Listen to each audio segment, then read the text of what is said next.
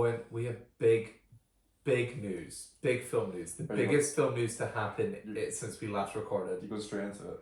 I opened LinkedIn by accident there. Oh, wow. I meant Such to a go businessman. to the letterbox and I was like, LinkedIn. I'm pleased to announce to you, because I'm assuming you have not heard this. Camp Rock 3 is reportedly in the works at Disney. Why? Truly why. I think I know what the plot of that movie will be. Mm-hmm. Demi Lovato is now in charge of the camp. And a new team of camp rockers are there. And it'll be like, Sounds thrilling. Yeah, no. I honestly... honestly... Do you think it's gonna be like sorry. Do you think it's gonna be like a real movie or like kind of Alex versus Alex situation? Oh no. I think it would be a real movie. Yeah, I suppose that was never a TV show. I wasn't recording any of that audio. That will be used from there. That's fine. Hi guys. No, if anything, I feel like that pertains to what we're going to talk about today.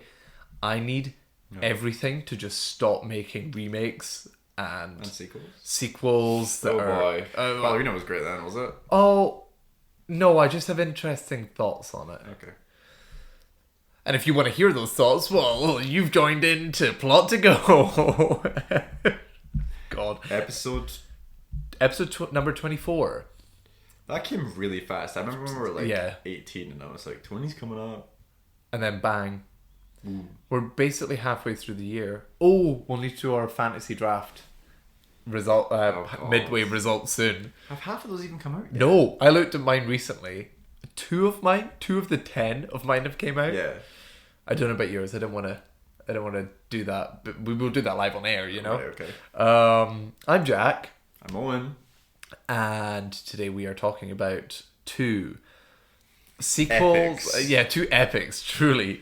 Karate Kid Legends and from the world of John Wick, Ballerina. That is the official title of that movie. Yes, it is. On Letterboxd, just Ballerina. I think on Letterboxd it is just Ballerina. But if you look everywhere, it is from the world of John Wick, Ballerina. It's like Solo, a Star Wars story. Yes, yeah. Or was Rogue One also Rogue One, a Star Wars story. Like, nobody's calling it that. Oh my god, it is from the world of John Wick, Ballerina. That's disgusting. It's awful. Just, that's like not having faith in the film. Yes. Because you have to go like, John Wick, yeah. Ballerina. John Wick, weirdly, is a really accomplished franchise. It has made over $1 billion. Wouldn't have thought that. On 4 movies. Yeah. Yeah. Because, like, the first one's an indie movie. Kinda. Is it? Well, it's not an indie movie, but it feels small, indie. very small it's budget. Yeah. Yeah. I think. Yeah.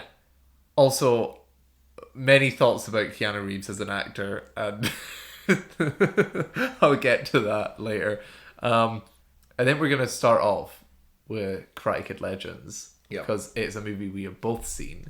Uh-huh. Owen, I'm going to let you take this because you're a big old Karate Kid guy. I forgot you were like, oh, you should talk about Cobra Kai. Oh yeah, do you want to touch on Cobra Kai? Not particularly. Great. Also, like, I think you just have more history with the Karate Kid, but it's not like a franchise that I'm in love with or anything. Yeah. It's one of those ones where Karate Kid is 1984, I think. So it's one of those films that like our parents would have grown up with. Yes. Are you shocked about how old it is? Yeah. Or? The fact that this is like a legacy sequel that late, I guess. Yeah, I mean, I guess they tried to do a remake, and then because of the show, they've realised that like, oh, there's still an audience here for sequels. It's the show's fault. I think it is the show's fault. Yeah. Anyway, yeah. So those films, I think when I was a teenager, I was like, oh, I'll just run through them, and I'll catch up on like a bit of pop culture. I remember the first one. Yeah. I don't really remember the sequels, even though. So you have seen the sequels? I've definitely seen like the second one. Okay. But I don't. I think that's Okinawa, and whenever they reference it or flash back to it, I'm like, I do not remember this stuff. Yeah. Again, I guess I was just like not checked in or whatever when I was watching it. You're a kid. Yeah, and obviously grew up with like you, the remake with Jaden Smith. I remember enjoying it. That's great. It's a good movie. Plane movie for me. Oh. On the plane to America, I was watching Karate Kid. Nice. I don't know why it sticks as much as it does. Maybe because like when you watch a film on a plane and it's good, it becomes like so much better to the point where I was like, oh, that was a really good movie. It's like really excited on a plane. Also, he goes to America in that movie. No, like they moves from America. Oh, sorry, it's the opposite way. It's the opposite from this. Yeah, film. whoops. And then I also watched Cobra Kai from 2021 till this year. So you watched that when it came out and pretty much continued. It was a YouTube. Season 1 was like, what was it? It's YouTube Red. Yes, but had a different name. Oh. The YouTube TV like had like 2 different names and I can't remember what they were. But it was like YouTube Red for one of the seasons, then YouTube the other one for the other season, and then I think they stopped doing YouTube shows or whatever. YouTube Original or something. Okay. And then Netflix picked it up in COVID times and then like ran with it. Insane. I remember watching those first 2 seasons and really enjoying them by the time they were on Netflix, and then probably like still being in it for like season 3. And I think it ended on 6 seasons, and for 4 and 5 I was like, what are we doing, guys? Like, this just feels like more of the same. We're trying to like up the stakes every time. And then by the time I got to 6 I felt the same way, but when I was watching it I was like really in it. Maybe because it was coming to an end and they were like trying to tie up characters instead of just like that thing of like whenever you're watching a film and like the whole Sharpay thing in High School Musical where she ends and she's like she's like progresses a character and then you're back to the start again. Just like not quite that formula, but like it just never feels like anyone's going anywhere. So by the time you get to season 6, like they finally wrap up that stuff. Okay. And I think it's quite cool. It's quite nice seeing like the Johnny Lawrence character actually like get fleshed out for one, and then sort of learn to be like a decent person. Did it make you emotional? We have a shared friend that got emotional at it. Really? Yeah. So no, I had said this to you, like even though the writing I don't think, and the Cobra Kai was like that great. I mean, there's like fart jokes in that show. Like it, I think I said like you never, the tone's like all over the place. I don't know who the show's supposed to be for. Like family, I guess. Yeah. Because it's catering to an older generation that grew up with it. Yep. Then a younger one who would be coming to it with YouTube and Netflix, which is why the show primarily the characters are like teenagers. Yeah. And it does feel that very like CW kind of writing. CW or Disney Channel? I'd say CW. Okay. Because I don't think Disney Channel is able to hit any grown-up stuff, really. Right. With the exception of like, you know, like Good Luck Charlie or something. Yeah. I don't know where that comes to mind, but I feel like that's more... Shout out all the Good Luck Charlie fans. I feel like that's a more grounded show than like Sweet Life or Wizard of Waverly Place and things. Like it feels a little bit more grown-up in some regard. I don't even know where I was going with that. Cobra Kai, I enjoyed it. Yeah, it did make me emotional. There's stuff with like, there's a lot of like father-son things going on in that show. Like Johnny Lawrence essentially becomes at the start of that show he's a dad. Okay. You find out with a son like he doesn't see, and then he also starts to train up this other kid, and essentially becomes like his stepdad and heals the relationship with his other son. So he has like 2 sons by the end of the show. And the last episode, like I just thought it was really cool. They did like a bookending thing where like he goes to his mother's grave, and it's like 2018, which is I think when maybe the show started. So it's like a flashback to like this new scene that they made. He's like, looks all rough. He's got a beard and a beer bottle or whatever, and like flowers, and he goes and like to see his mom, and it's like this really sad thing of like he's like really down on his luck, and then the episode ends with him going back with like a photo of like his entire family like facing that. Oh, cute. Okay. So that show was leagues better than this fucking film. So wait, so your quick 2-sentence review is go watch the entirety of Cobra Kai instead of this. Yeah, I would suggest doing that, but I wouldn't. You're not gonna rush out. Yeah, I'm not gonna tell anyone to go watch a 6-season show that's Yes. not like very good or whatever. Yeah.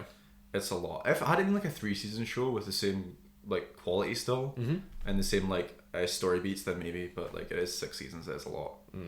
How long are the episodes? Are they like?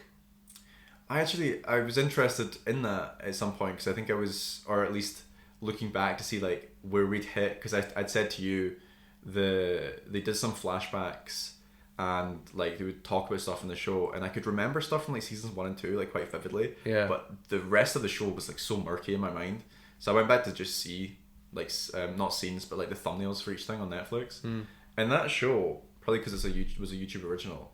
The episodes were like, I think, closer to like 25 minutes, half an hour to begin with, and by the time you got to the end of the show, it was more like 45, 50. No. Because it became like actual TV. Yeah. Bloated. I saw that. Maybe not the episodes, but the seasons as a whole maybe are bloated. Not with characters, because the Cobra, like, people make fun of floating head posters. The Cobra Kai posters put all of them to shame. It's ridiculous. But again, it's like a high school show, so there are a lot of people. It would feel very hollow if there was like 3 main characters. Yeah, okay. Fucking nothing else. Saying that, I guess that's exactly what like Harry Potter is. But like all of the side characters, while they're not like fleshed out, you know who they are. Yeah. Like Neville Longbottom. Yeah. Shout out. Shout out to Neville Longbottom. This movie though. Yeah, so this one. Dragon Legends. I wouldn't recommend anyone go see this. Is this the worst movie you saw this year? It's probably, I really didn't like Lilo and Stitch. I think the thing about this is I think this is a worse quality film than Lilo and Stitch, but I enjoyed it more. Okay. Because I wasn't as bored as I was in Lilo and Stitch. Yeah. And as like disgusted at the actual message of the film. Yeah. We were talking about the villain of the original Karate Kid, Johnny Lawrence, and how he's not particularly fleshed out or anything. I feel like you still get more with him in the original, even though it's been so long since I've seen it, versus the villain in this film. I'm just jumping straight to it. It's just like a cartoon character. He's also just montages. Yeah, yeah. Oh, I'm fighting! And that's it. Yeah. Like, the relationship, I think the thing in the original is like the relationship between Johnny and his master. I can't remember what the fuck his name is. He's in the show as well. I can't remember what his name is. Kreese. Like the sensei. Yeah. Like, even though there's not much of that, I feel like there's like a weight there. Yes. And I think you get a little bit of like the same dynamic in this film, but you just don't feel it at all. I think you see his sensei just be like a dick to him, but it's just like there's just nothing there. It's more in the original, it's like you can see how this has trickled down like in a nurtured way. Like you went to this dojo and this dojo is teaching you to like be aggressive, be violent, like whereas this one it just feels insanely cartoonish. Yeah. And you can see like in the original how like those characters like look up to their senseis. Yes. Don't get quite the same thing in this. Again, that's like a sort of like father-son thing that they play on in the show. The show's way better than this. You have the main. I actually quite enjoyed. I can't remember. I don't know the guy's name. Same. Was it Ben Wang? Ben Wang, yeah. I thought he was pretty good in this. So do I. Which is sad, actually, because the whole film around him was not great. Jackie Chan's just goofy, and Ralph Macchio is just like as he normally is. What's up? He was in the new Mean Girls. Oh no, not as like a main. Never mind. Sorry. Yeah, Jackie Chan just plays like. He doesn't seem like the same character from the Karate Kid, Jaden Smith. I don't know if he is. Have they confirmed if he is? Jackie Chan is called Mr. Han in this. I think that's his name. It is his name. Yeah. And he doesn't feel like the same character to me. Yeah, I agree. And then Ralph Macchio, like I think he's just doing like what he normally does, and he's just like just the same Ralph Macchio from Cobra Kai. Like there's a through line there. Yeah. Unfortunately, the floating head poster shows them both as the two main senseis. Yeah. Of our main character Li Fong, but they're not. No. Because Ralph Macchio is probably in this for like a total of like 10 minutes. It feels really... The longest scene he gets is the final scene. But you turned around. I swear we had to be past the halfway point and be like, where's Ralph Macchio? Yeah, I think... It was quite a while into the movie. Did I speak twice then? Because I think I turned around and just went, what is this at one point? Yes, you did. And we don't normally talk through films, but it was just like a clusterfuck of images that I was like, I don't care what's happening. Yep. And I don't think anyone else in the cinema cares that much either. Got that vibe. Yeah. I think people probably had fun, but like, yeah.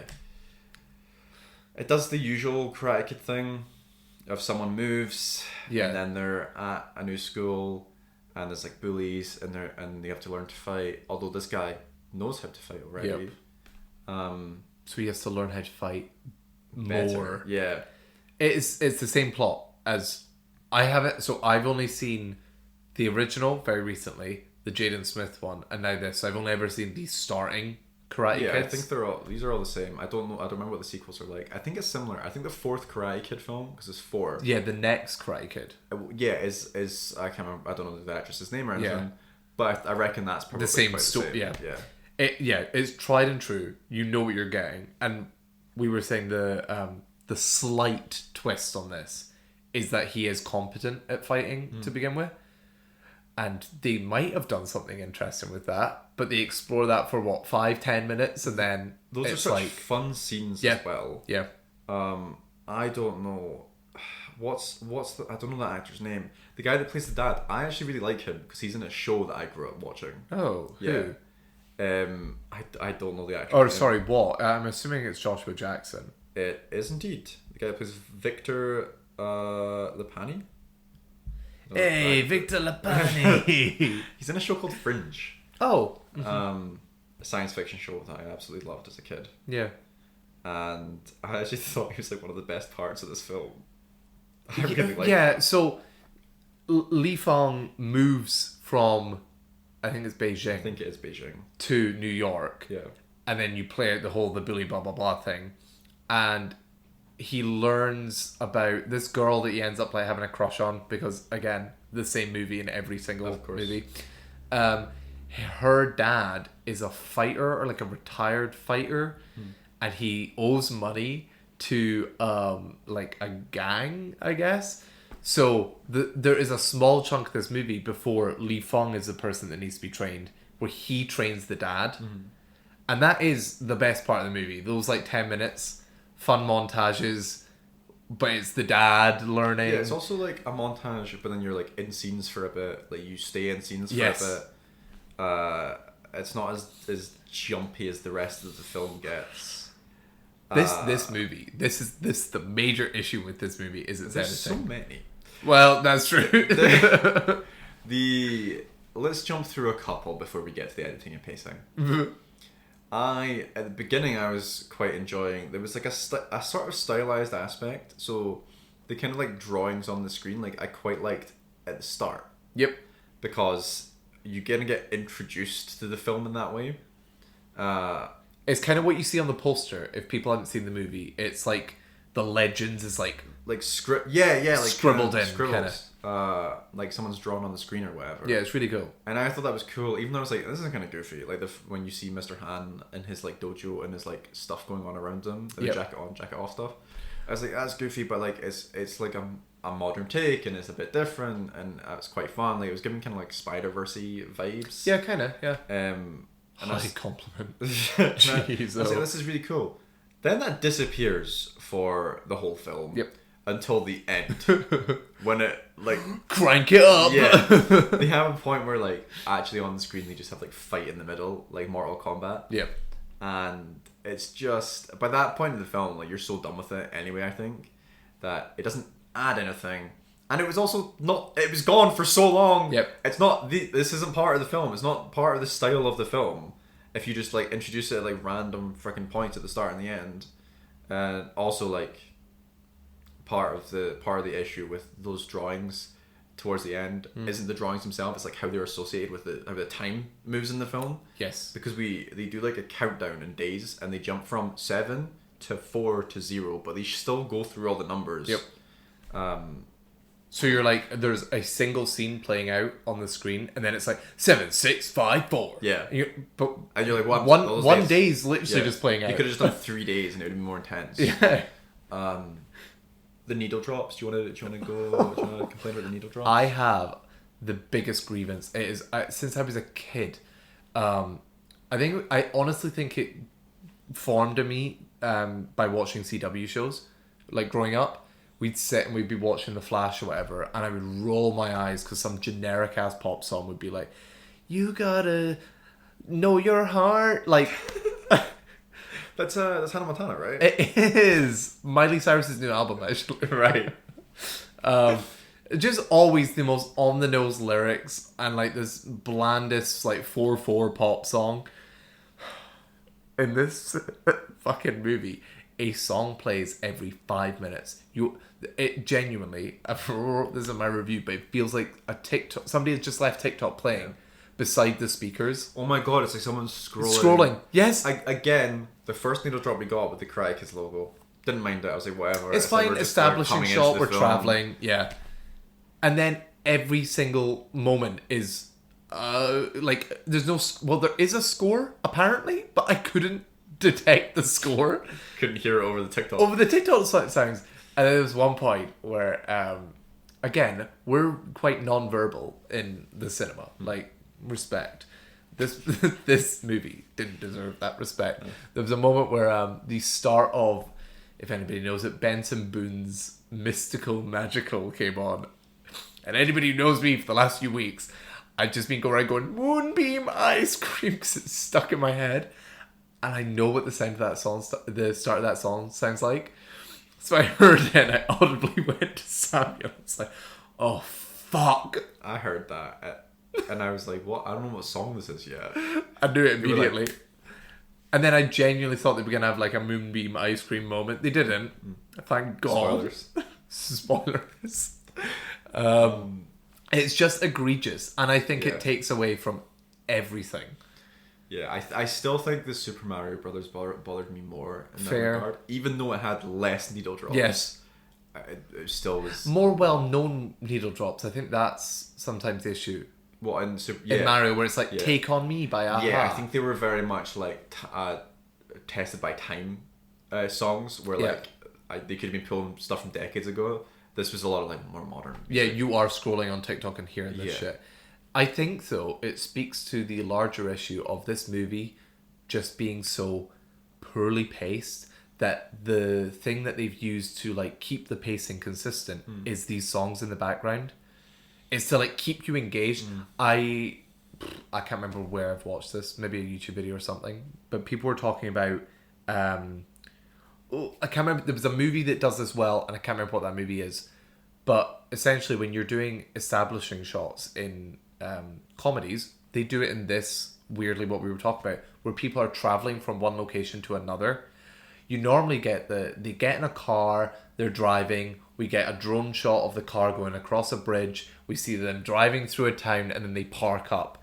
And because that's so boring from like a viewer point of view, there's normally a pop song put there so that the viewer's attention doesn't just deplete during this establishing shot. Yeah, this was generic scenes.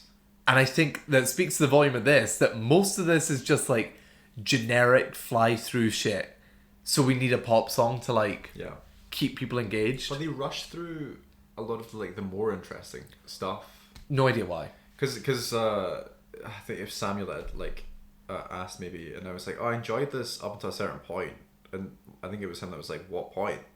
And I was like, when it kind of just sped up, like the editing gets quicker and quicker and quicker as the film, on average, as the film goes on, to the point where you're just like a spike like this. Yeah. And like, it was that point where it just lost me. Did it? Yeah, because I felt, I know people make the argument that when editing's really fast and there's this, it keeps you engaged because I fully detracted. I pulled myself out of the movie because I was like, I'm so bored. I was like, I can't attach to any of this. Yeah. You within the same scene, you were just jumping around a million times in about 5 seconds. Yeah.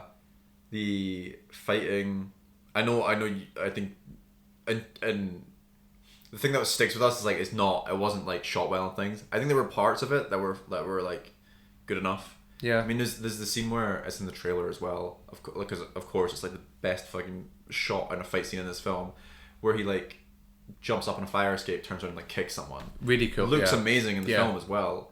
But like that scene wasn't shot particularly well. So there's just like parts in all these places that looked really good. Just drowned out by like, I don't know what kind of filmmaking this is. Just like super speedy, like they were just trying to get the film out or something. Like I don't understand. Yeah, like they didn't capture enough, like what do they call it? Like, see what coverage. Yeah. Yeah. So they just had to use what they had. I'm seriously confused by it. I feel like the scene in the alley could have, which is towards the start. Immediately, what I'm thinking of could have been like a really cool fight scene, and it wasn't. It probably is a cool scene. Yeah. Like if you were to view it another way. It's just the shots were really tight and the editing was quite quick, and also the lighting wasn't great. Mm-hmm. And if the lighting isn't great, but it's shot well and paced well, that's fine. But when all those things come together, it doesn't look good. And then also you have like, I don't know if you felt this way. I think it's through the editing, but then it also might just be the direction and how they've shot it. There was scenes where I was like, where did that guy come from? Or that's not where you were. Like, I was getting confused spatially where they were when it was cutting. I think I was doing okay on that front. But I do remember sitting there having the thought of, like, this isn't going to help anyone. Yeah. This isn't good for anyone. Which sucks. Again, cause like you're saying, I think this main guy, Ben Wang, was let down by a really poor movie. Yeah. Because I think, I don't know his background or anything, the fighting seemed cool that he was doing. That whole, like, the flips and shit that he's doing, the main, like, move of this movie, really cool. Yep. I think he did a lot of, like, stunt work himself. Yeah, it feels like that. Don't know that for a fact, but watching it seemed like it was him. No, agreed. I honestly, I don't have much more to say about this movie. Yeah, I'm surprised. It's got 3 stars in Letterboxd. I'm shocked by that as well. So I don't really know what's going on there. I rated this a 1 out of 5. I really don't like this. Yeah. Still not the worst movie I've seen this year, though. Do you know what it is? Yeah. Fountain of Youth. We did not speak about it here.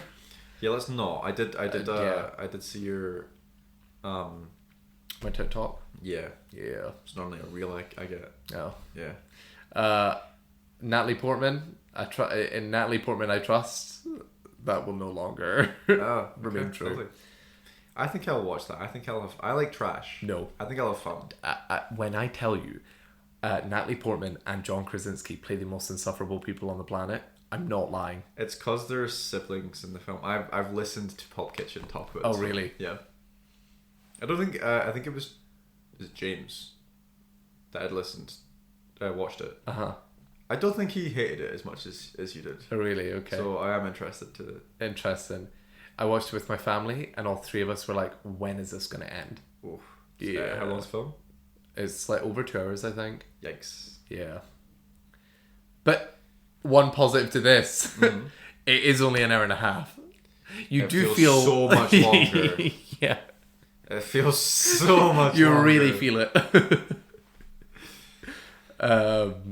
It just sucks. I feel like if you're gonna do a franchise reboot or requel or remake, whatever the fuck, do something different. And I think there's often, looking at like the past history of remakes that we've got, there's this like trying to cling on to the past, and I think they should have just made it brand new. I don't think Ralph Macchio or Jackie Chan really need to be in this. They could have found a more creative way. Do you know, I was really let down by the amount that they used Ming-Na Wen, because I saw her and I was like, oh, cool. Didn't love her in this. I don't think she gets given great dialogue. Absolutely not. So I think that's where that failure comes from, to be honest. Anyway, that was Karate Kid Legends. If you've seen it, fucking comment somewhere. Let us know what you saw. Onto a new film. Fucking comment. Onto a new film from the world of John Wick. The byline on Letterboxd. Vengeance has a new face. Oh yeah. Vector? I was in the cinema to this. So good. Only I've seen this movie because I'm a big John Wick head. This Mr. Man over here doesn't like John Wick as much. Do you think? Abso-fucking-lutely. Yeah, but I really enjoyed 1 and 2. Yeah. But you fucking loved 4. 4 is a masterpiece. I think you can. I don't think you can say you're a bigger John Wick head just because you like fell in love with it by the 4th film. No. It's all right on that 4th film. I enjoy 1 and 2, and I enjoy 4. I enjoy 3 as well. 3's not good. It's not good. That just makes it good. Yeah. You can't just double negative. You're correct. Yeah, so, Ballerina. 3's not good, I'm sorry. 3? 3 is not good. It is. It's not a good film. I disagree. The stunt work is incredible. Exactly, and that's why we come to these movies. Is it? Yeah, we come to this place for magic, Owen. Magic? Yes. What are you talking about? Nicole Kidman. Her AMC ad. Oh, okay. We come to this place for magic. I'll let you go on with this review. Ballerina. If you didn't know, this is part of the John Wick universe, and it's Ana de Armas as like a new assassin in the John Wick world. Now, this movie takes place after 3 and before 4. Are you sure about after 3? Just because Blair Book says during the events. Okay. Well, it's between 3 and 4, but like it overlaps a part with 3. I guess that makes sense. The only reason you need to know that is because of the inclusion of John Wick in this movie. That's it. I will say, shocker, he's in this movie a lot. I was not expecting that. I'm not shocked by that at all. Really? Well, from the trailers, like, you know, he shows up. Yeah. In my mind, that's him in it for the rest of the film. Oh. And also, that's the halfway point of the film.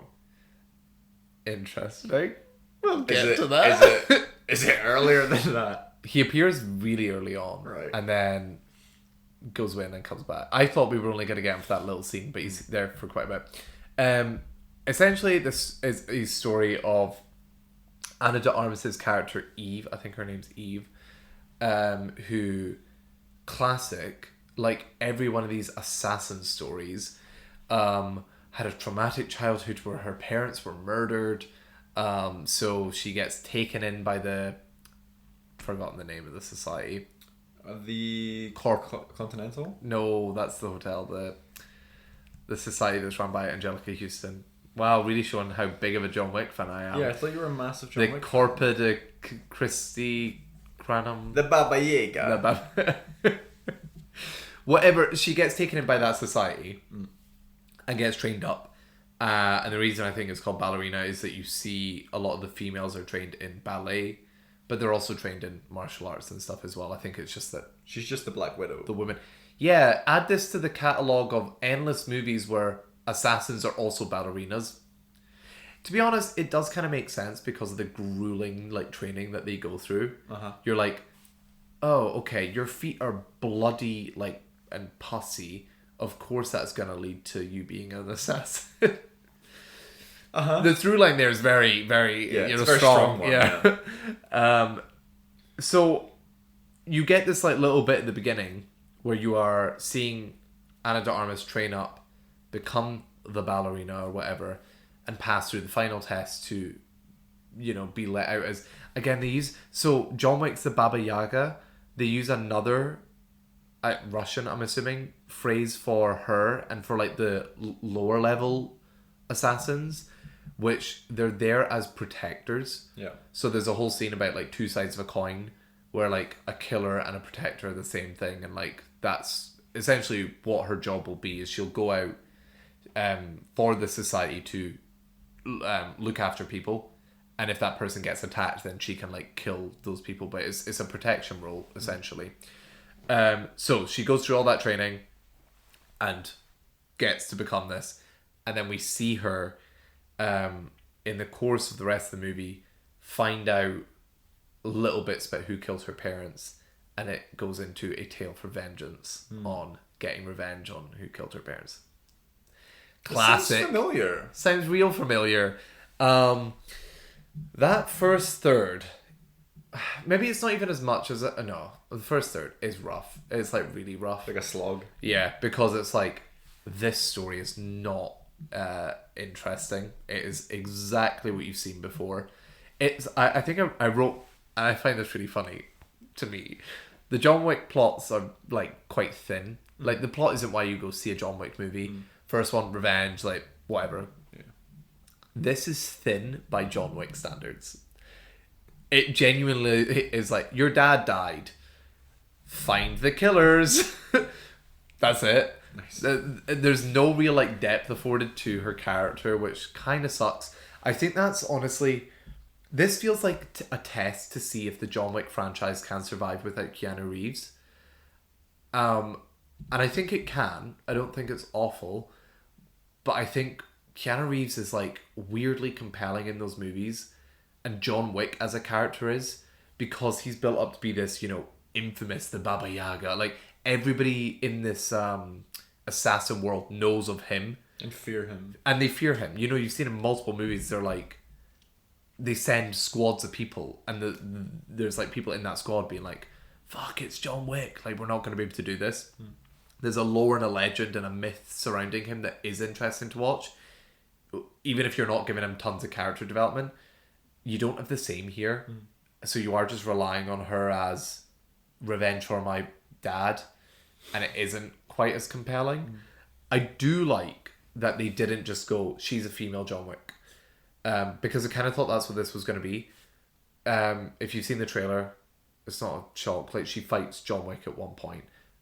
She is dire. Like, compared to John Wick, she gets her ass handed to her so quickly. And I actually really appreciate that, because it's like, you're not trying to do she's taken over the franchise, and like... Yeah.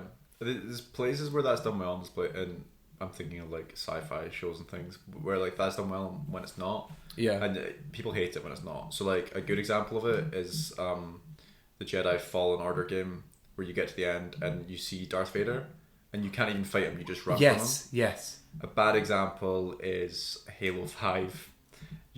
Those games you play as Master Chief. Sorry, this is a tangent. Master Chief's like this super soldier. He's essentially like Captain America.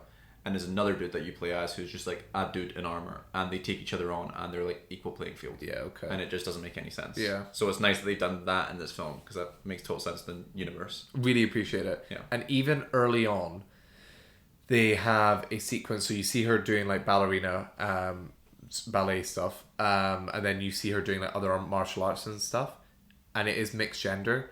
And when she's like fighting against a guy, she's like, no, I'm not just saying like a random guy, but like a guy who's also been trained and is fucking massive. She gets her ass handed to her there as well. Then you get maybe the worst line of the movie. Horrible line. The coach takes her aside and she goes, "You're never gonna beat him. Fight like a girl." Now, I don't mind that line if they then play into that. Then the follow-up to this is she kicks him in the balls.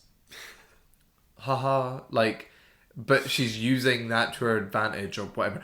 Throughout the rest of the movie, they're never employing her, like, girl, like, woman, things that make women unique, like being more slender, being, like, more agile, like, that kind of thing.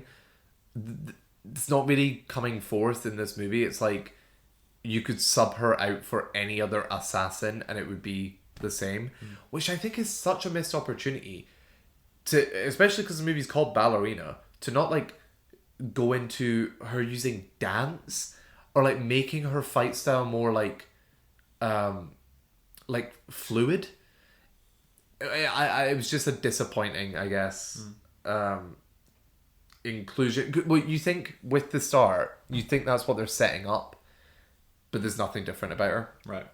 I think what makes her unique as a character is she's resourceful, but I think John Wick is as well. So it's not wholly unique to her. So like, you're going through different rooms and sequences and she's finding stuff and using that. Again, we've seen this with John Wick pencil stuff. Do you know? He's notorious for the pencil. Yeah. So that isn't wholly unique. The only thing that's really unique to her is she is aggressive. Really like it. Like when she's fighting people, she's gutturally screaming, like a lot of the time, and that's a cool comparison. Then when you get to John Wick, you realize he's just so like dead faced because it's like nothing to him.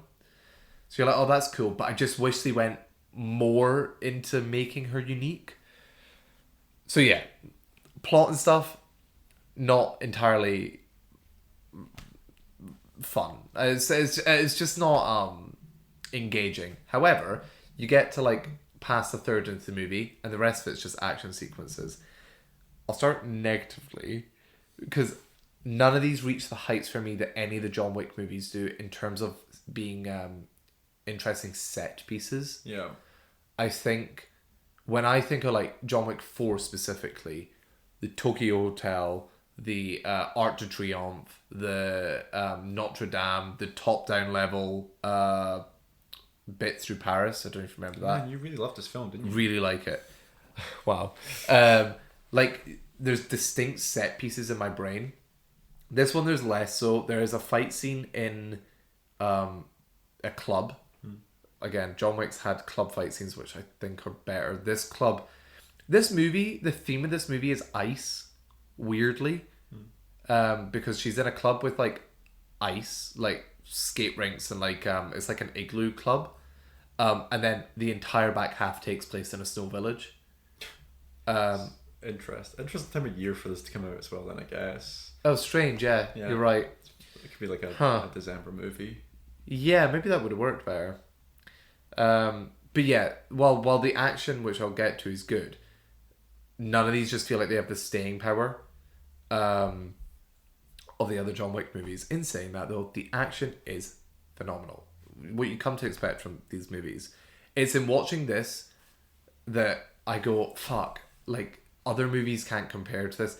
Fountain of Youth, there's action that I just think is dreadful.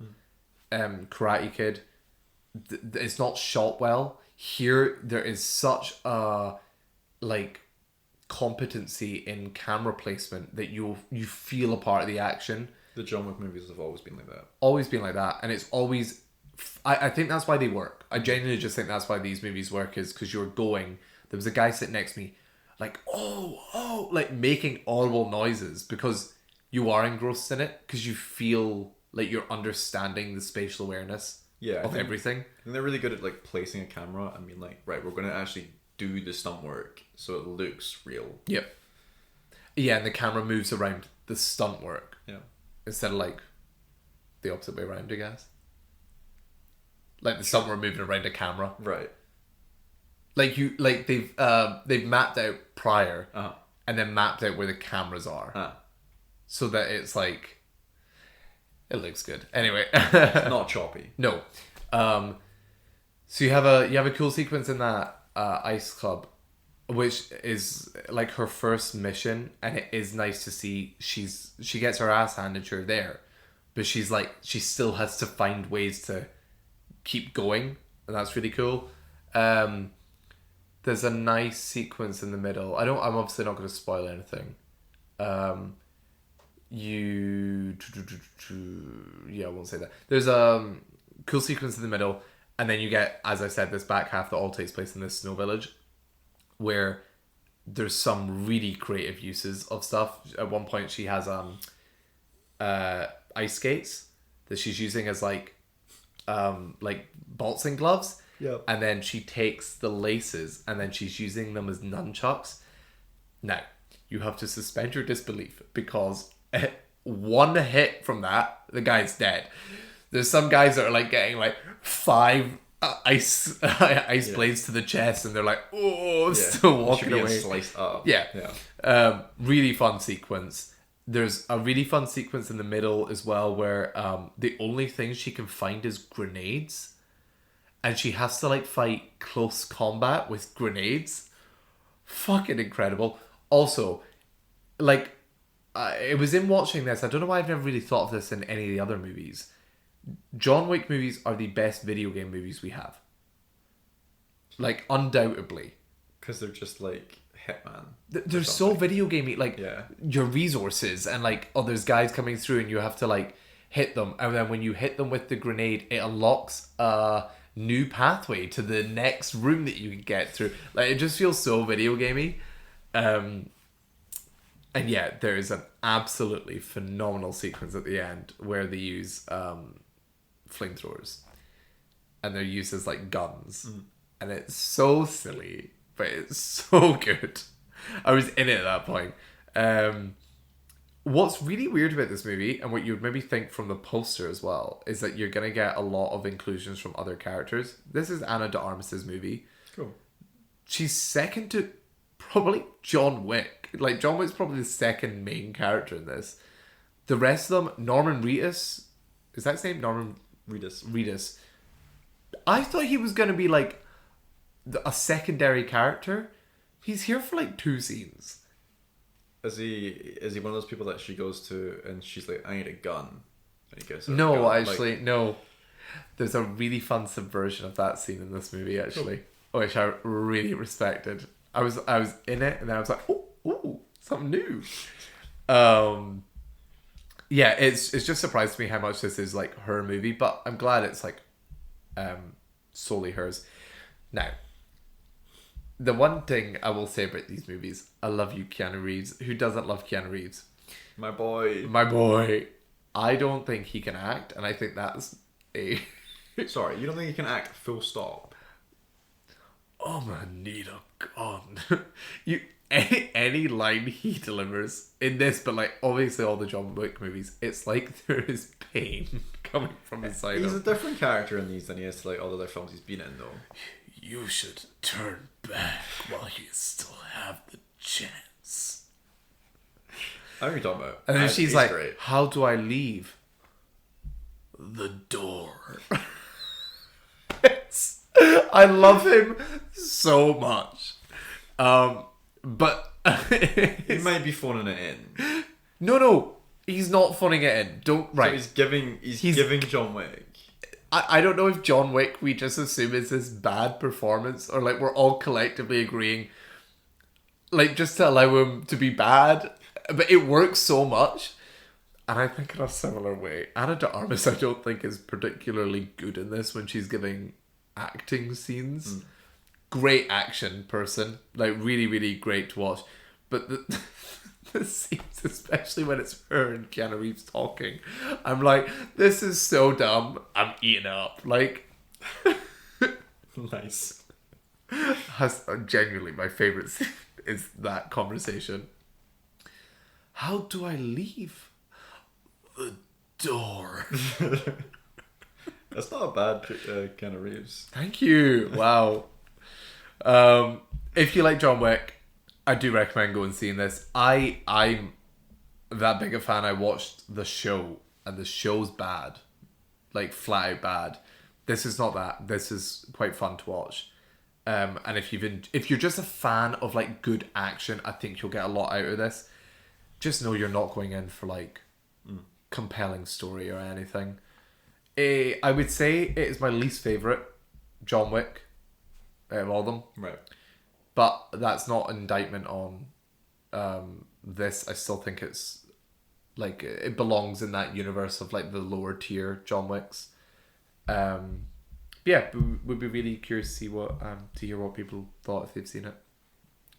I probably will see it, maybe. If I just feel like there's like some time next week that I just could like bop along a random day, yeah, might go. It's a solid like 2-hour watch. And if you there's just some fun action. Like who doesn't love that? Pardon me, it's always hard to recommend this stuff when there's like really good stuff in the cinema though. That's why I always think there's not though, right? Well, Sinners is still there. Oh, crazy. Yeah. Question. If only Bridget Jones was still there. Love Bridget Jones. Still in my top 5. Okay. Are there any films or episodes of TV that you absolutely love, but deep down know is a bad ep or film or gets a bad judgment otherwise? What is it that you enjoy so much about them that other people aren't seeing, don't get? I can think of one. Immediately? Yeah. Doctor Who, obviously. Oh, is there an episode of Doctor Who There's an episode of Doctor Who that is widely known as bad that I don't think is bad. Whose era? Tennant's. Love and Monsters. Yeah. Okay. Because the bad bit of that episode is like the last like 5 minutes. And like that is a good episode. The whole way through that's a good episode, and it gets to like the last 5 minutes and it gets ridiculous, but it's wholesome because the monster was drawn by a kid that submitted it to Blue Peter. Like, oh my god. Oh, it's just a ridiculous monster at the end, and it's that's just why projecting. That's why everyone like hates on the episode. I want to be that kid that got the monster. But aside from that, like, especially compared to the shit that we've watched since. Oh my god. Yes. No, abso-fucking-lutely. Yes, you're so right.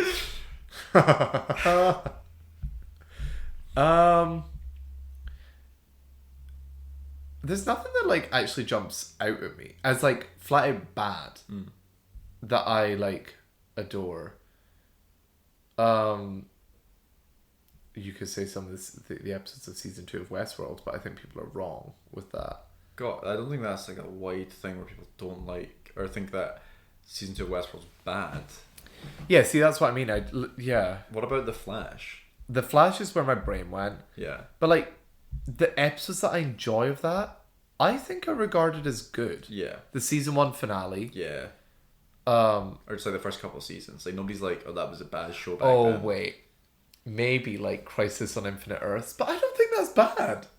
I think that one was rough. I think like it was a shame that one was as rough as it was because they built to it. The concept, and then I think there was just like stuff happening in real life where like shows were ending or like changing actors and things, and it just kind of like it was more fizzly than bang. Yes. I think I still enjoyed it, but that was so reliant on having watched good seasons of the shows that people had been in to feel any sort of impact in that 5-part finale or whatever.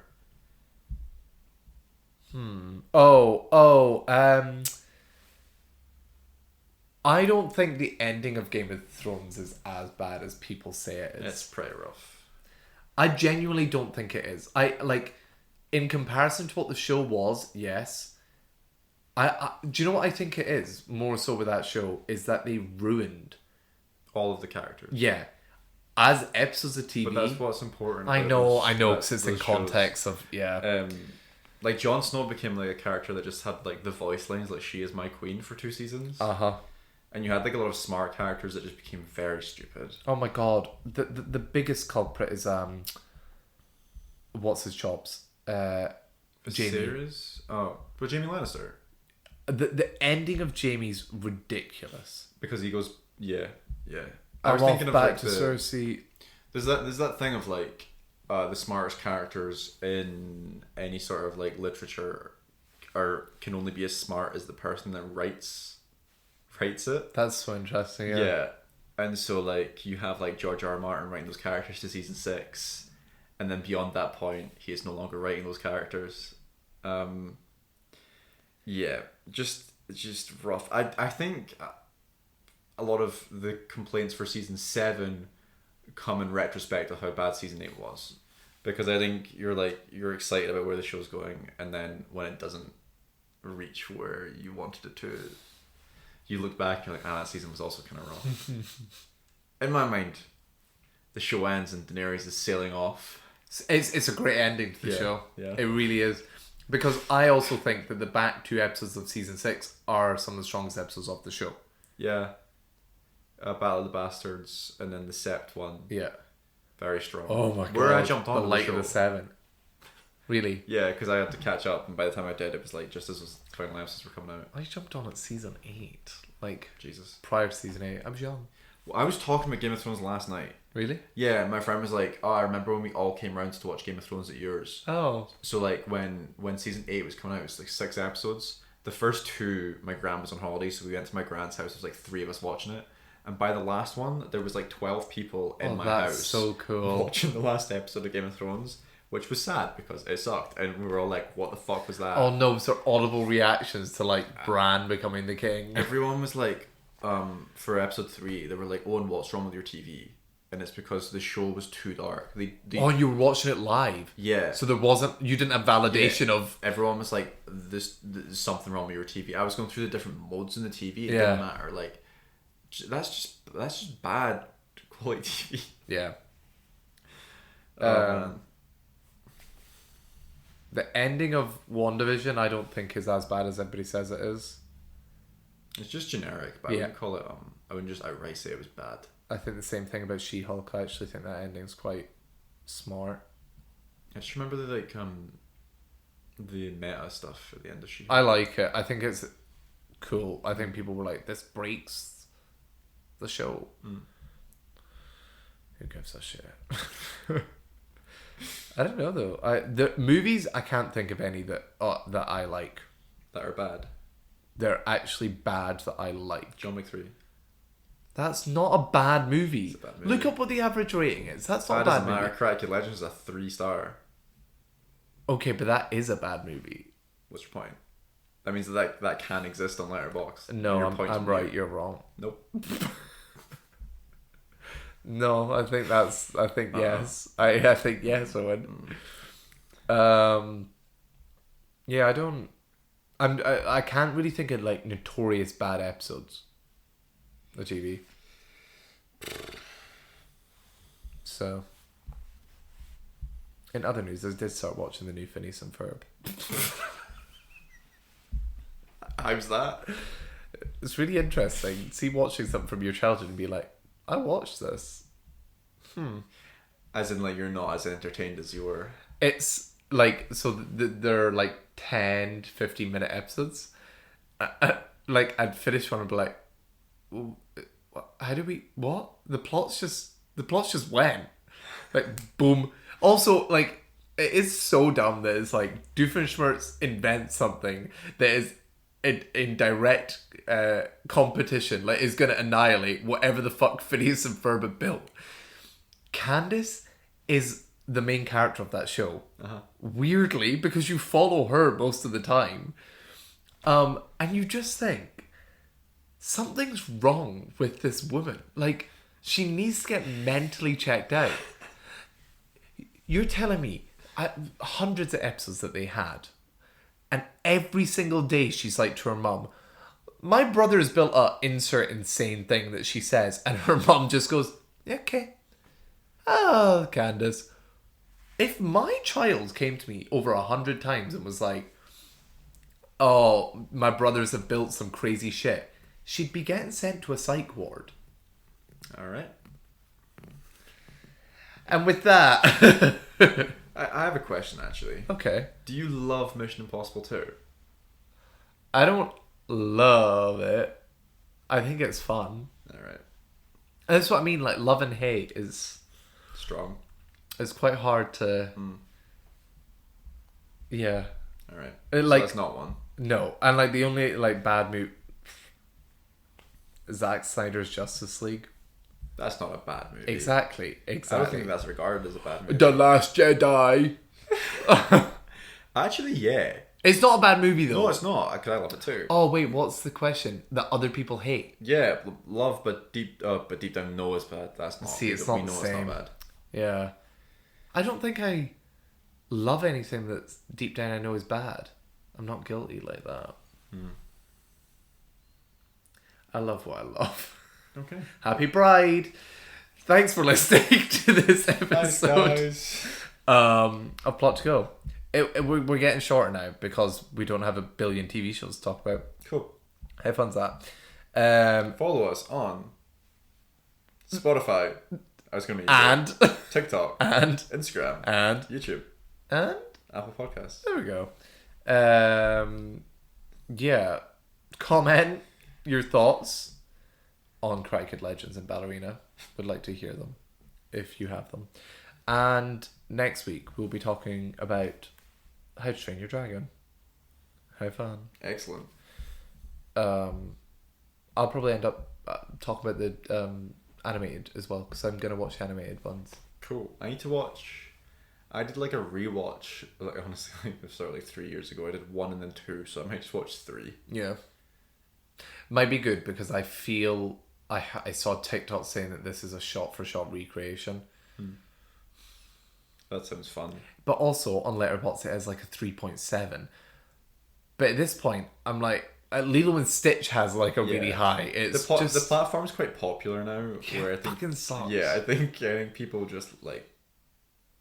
with no taste will just like rate stuff quite high. You can still use it for like artsy or indie movies. Like they're rated like, oh, okay. Yeah. Honestly, what I would recommend is like follow enough people that you trust, and then you can toggle it to a friends graph. Oh. So much more helpful. Except my friends all really liked the Final Reckoning. Oh. 3.8. That's rough, buddy. Crazy. Owen loved it. No, I didn't. No, I didn't. Don't spread lies. I hate Final Reckoning. And I still hate Dead Reckoning too.